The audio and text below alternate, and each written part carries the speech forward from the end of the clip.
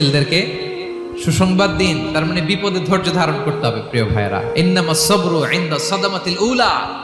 বিপদে আমরা অনেক সময় প্যানিক হয়ে যাই, অস্থির হয়ে যাই, কি করব, হতাশ। না, মুমিনরা হতাশ হয় না, ধৈর্য ধারণ করে। কি করে? কি করে? ধৈর্য ধারণ করার শক্তি দাও গো মেহেরবান আমায়, দাও গো মেহেরবান।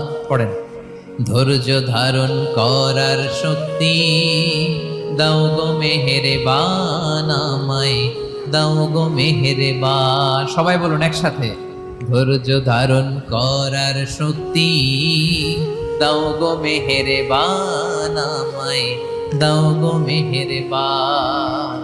বুকের ভেতর ব্যথার নদী বইছে অবিরা, বইছে